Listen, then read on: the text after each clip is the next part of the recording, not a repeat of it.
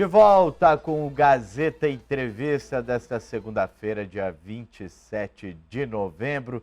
Estamos recebendo aqui em nossos estúdios o presidente do Simpasa de Rio Branco, Josimar Ferreira do Nascimento. Simpasa, que é o Sindicato dos Extrativistas e Trabalhadores Assemelhados de Rio Branco. Josimar, a gente vinha falando muito sobre as dificuldades. Você conseguiria elencar para a gente hoje quais são as maiores dificuldades e o que deveria ser prioridade para poder auxiliar o extrativista, o homem da agricultura familiar, do campo? O que seria prioridade para essas pessoas hoje?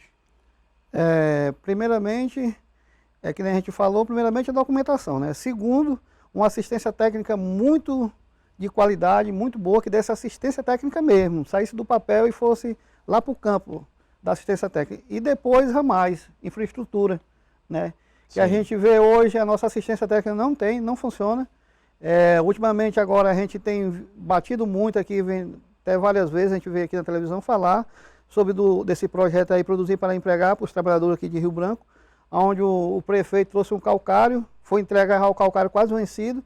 Tem muitos lugares que a pilha de calcário ainda está lá jogada no meio do campo, a gente passou ultimamente agora, a gente viu, já não está servindo mais para nada. E sem mecanização. Fizeram um projeto de destoca lá no Polo Wilson Pinheiro para 45 trabalhadores, levaram uma máquina da zeladoria, colocaram lá, fizeram destoca e a mecanização só foi feita para 3. Hoje as pessoas estão lá com aquele muito de entulho no meio da sua propriedade, a capoeira já crescendo novamente, aí sem assistência técnica, sem análise de solo, como é que eu vou poder colocar um calcário? Como é que eu vou poder produzir calcariando uma terra sem saber a quantidade, ainda mais que é pior, jogando calcário com as mãos, sameando calcário com as mãos, sem ter um distribuidor.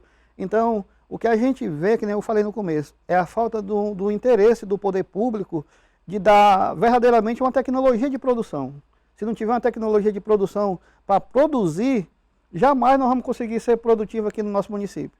Então, e a outra parte também é que a prefeitura do município é o grande responsável pelo setor produtivo do município, né, falando aqui do norte de Rio Branco, onde se não respeitar o calendário da agricultura, o calendário do verão, o calendário para poder fazer tudo no planejamento certo, correto, para quando chegar a época de plantar, tá toda a terra prontinha, jamais a gente vai conseguir. Porque se você vai fazer mecanização no mês de outubro, que já é para estar pronta a terra. Que já começa a chuva. Já começa a chuva. Como é que eu vou fazer mecanização agora no mês de novembro? O que eu plantar agora não vai dar. Eu não estou respeitando o calendário. E aí, se você plantar agora, não vai dar mais nada. Vai nascer, mas não vai ter futuro. Então, o que falta de verdade mesmo é a falta de vontade de fazer. O prefeito chegou aí com muita boa vontade de dizer que ia fazer o Produzir para Empregar, só foi no papel. Enganou todos os trabalhadores, ganhou em cima disso, enganou os trabalhadores que não teve produção nenhuma e nem vai ter. Pode se tornar pior, porque as áreas que deram o calcário, o cara jogou de qualquer forma, sem saber a quantidade que deveria jogar. Então, se aquilo vier dar errado, vai passar tanto tempo ali sem produzir naquele lugar. E a situação dos nossos ramais?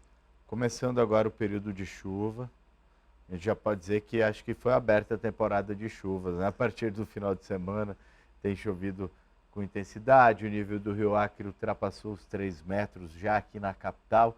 Então vamos dizer que está começando o período de chuva.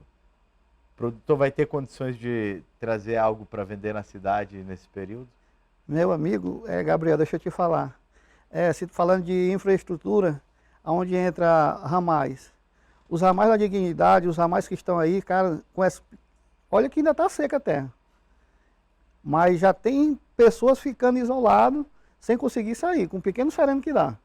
Porque não tem, fica impossível caminhar no ramal onde foi passado uma patrol, foi passado lá com promessa de colocar pissarra e não foi colocado, não foi compactado.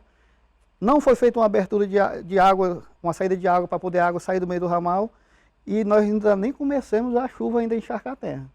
Já não tem mais condições, certos ramais onde chove não anda, não sai. Pontes, as pontes que foi feito, foi feito. O que não foi feito, não adianta fazer mais, porque os rios já estão enchendo, os garapés já estão enchendo, e não tem equipamento adequado. Não tem um bate-estaca, os caras estão batendo estaca, os pilares da ponte batendo com a concha de uma pá carregadeira, de uma PC. Como é que eu posso ter garantia que aquilo vai estar sustentabilidade quando chegar as enchentes? Então, esse é um ano que eu sempre disse, esse vai ser um ano atípico. O trabalhador vai sofrer duras penas, porque ramal nós não temos de qualidade. Não temos nenhum ramal.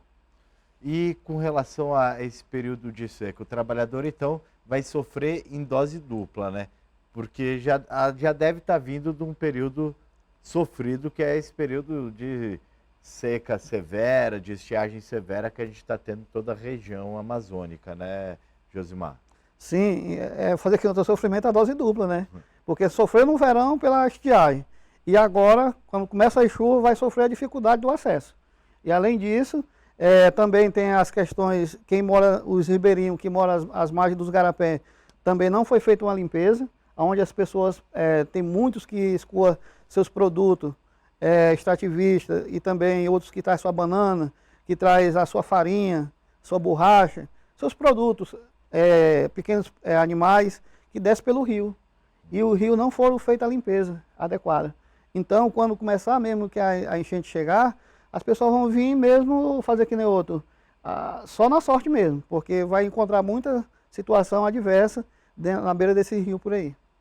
Situação dos ramais hoje, a região mais crítica é mesmo a região da Transacreana? Cara, a região da Transacreana é o grande gargalo. É a região mais crítica, onde tem muitos ramais, onde os ramais são bem extensos. Tem ramais que você entra aí 70 quilômetros, 60 quilômetros, 40 quilômetros de ramal. E quando você não tem uma infraestrutura adequada para caminhar, para o seu transporte caminhar, é só mesmo vir a pé ou se não em cima de jumento até certo ponto. Ô Josimar, a prefeitura e o próprio governo do estado, eles falaram em um acordo aí para a recuperação desses ramais, para cuidar desses ramais na região da Transacreana. A prefeitura cuidaria até um determinado ponto, dali em diante seria de responsabilidade do estado. Isso foi cumprido? Como é que está essa situação? Isso aí foi, a gente não concordou com esse tipo de acordo que eles fizeram escondido do movimento. A gente pediu para a gente discutir junto, que era para a gente saber que a gente tem o conhecimento dos ramais como é que são. E o que é que fizeram? A prefeitura e o governo do estado se unificaram por lá, fizeram um documento, onde a prefeitura se comprometeu fazer do quilômetro 30 da Transacreana para Rio Branco e o DERAC para lá. O que é que aconteceu? O DERAC fez simplesmente, em vez de começar do 30, 31, 32, foi começar lá no 100. O segundo que a gente sabe, que ele começou lá no 100, no ramal da Capela, porque lá um sobrinho do Bistênio comprou uma área de terra na beira do Iaco e ele se reuniu lá politicamente junto com os outros moradores e deram acesso nesse ramal, né? Mas onde tem ramal que eu coloquei em julho, onde eles estavam lá fazendo esse ramal do Capela, no PA Oriente, a pessoa estava saindo, uma senhora lá, saindo chifrada por uma vaca, saindo na rede. Ainda temos muitas em mês de julho, né, infelizmente. Então, aí você imagina, não tem planejamento. As coisas aqui no nosso estado é feita à base da politicagem, da amizade, onde tem um ladozinho político, eu estou lá ajudando, onde não tem.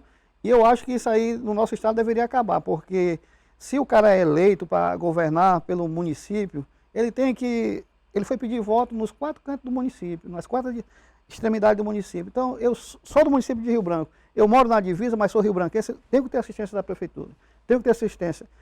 E aí, quando o cara não faz isso, cara, eu fico olhando assim, menosprezar o eleitor, menosprezar o trabalhador que está lá, menosprezar, fazer que não tá a própria sorte, ficar lá naquela situação, e você não levar uma assistência. O governo do estado também está sendo caótica a situação do DERAC. Nós não temos culpa do que aconteceu dentro da gestão do DERAC, mas o governo tem que dar uma resposta para nós, porque ele já tem uns ramal ali que tem verba desde 2017, que tem recurso dos 94 milhões. E aí foi contemplado... Estava dentro daquele pacote de 300 milhões, não eram? 300 milhões para os ramais? Eu acho que era 94. 94. Isso, foi bem em 2017, no finalzinho do governo Tião Viana. E aí o Gladson entrou, assumiu, esse recurso está lá, já passou 4 anos do Gladson, está passando no 5º. E os 2 ramais que foram contemplados aqui do município com esse recurso foi o Jarinal e o Olho d'Água.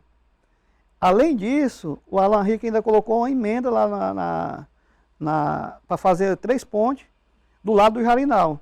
Mas o lado do Olho d'Água, que esse ramal entra no 72 e sai lá no 90. São 39 quilômetros. Sim. Não tem uma ponte que foi contemplada. As pontes que tem lá já caíram. E não tem ainda, uma empresa foi contratada, uma empresa do governo do estado contratou a empresa, está lá, um acampado na entrada do ramal e não tem um palmo de encerramento. E chegamos no inverno. Chegou o inverno e agora não dá mais para fazer nada. Não dá para fazer nada. Como é que o cara passa, o governo do estado, alertar aqui as autoridades, Ministério Público, como é que passa o ano todinho acampado para fazer o ramal, fizeram a limpeza e tal, e não colocar um palmo de pissarra? O sindicato ou a comunidade das regiões participam de definições? Não, acho que esses ramais são importantes, a gente precisa fazer, são ramais principais que vão dar acesso a muitas comunidades, a muitas famílias. Vocês participam da definição de quais os ramais que serão recuperados? Era para ser. Era um movimento que a gente entra na luta mesmo assim, fazer que no pé de cabra, para dizer para o prefeito, para o governo, o que nós precisamos é fazer os grandes eixos. Fazer os grandes eixos bem feitos e vai se trabalhando. Né? São 4 anos uma gestão, faz os grandes eixos e depois vai se trabalhando, se ainda sobrar tempo, vai trabalhando os braços de ramais. Mas por que o grande eixo? Porque ali todo mundo sabe que quando você sai de um galho de ramal, você sabe que chegando ali no eixo principal você vai ter acesso. Então o que a gente propôs para procurar fazer um trabalho de duradouro, qualidade, né? Duradouro. Que aí você vai só dar manutenção. Aqui parece uma fábrica de fazer dinheiro, porque os camaradas não valorizam o recurso público. O recurso público tem, e aí os caras fazem um trabalho mal feito, péssima qualidade, todo ano tem que estar refazendo a mesma coisa, mesmo que dá murro em ponta de faca. Isso é complicado, porque esses eixos que você fala são em regiões, Sim, sim. São os ramais principais, né? Que aqui, sim, por exemplo, você vai um ramal principal aqui, aí abre um eixo para cá, um braço para cá, outro para ali, e vai andando. Você fez o principalzão aqui, bem feito, deu qualidade, todo mundo sabe que quando chega aqui nesse ramal, eu sei que eu consigo chegar. Porque os galhos são mais curtos do que o eixo principal. Sim. O eixo principal que tem a grande necessidade. Aí quando tu não faz nem o galho, nem o eixo, aí pronto, aí vira uma zona total. Nós vamos para mais um intervalo. Eu estou conversando com o Josimar Ferreira do Nascimento, presidente do Simpasa, Sindicato dos Extrativistas e Trabalhadores Assemelhados de Rio Branco. Daqui a pouco a gente volta para o nosso último bloco. Você aproveita o intervalo, vai mandando mensagens para a gente no WhatsApp 99989-1042. Está aí na sua tela, Gazeta Entrevista no Instagram, Gazeta Entrevista ao vivo pelo Facebook, tem Gazeta Entrevista também no YouTube. Tudo para você interagir, participar, mandar sua pergunta. Aproveita o intervalo e faça isso. Gazeta Entrevista volta já.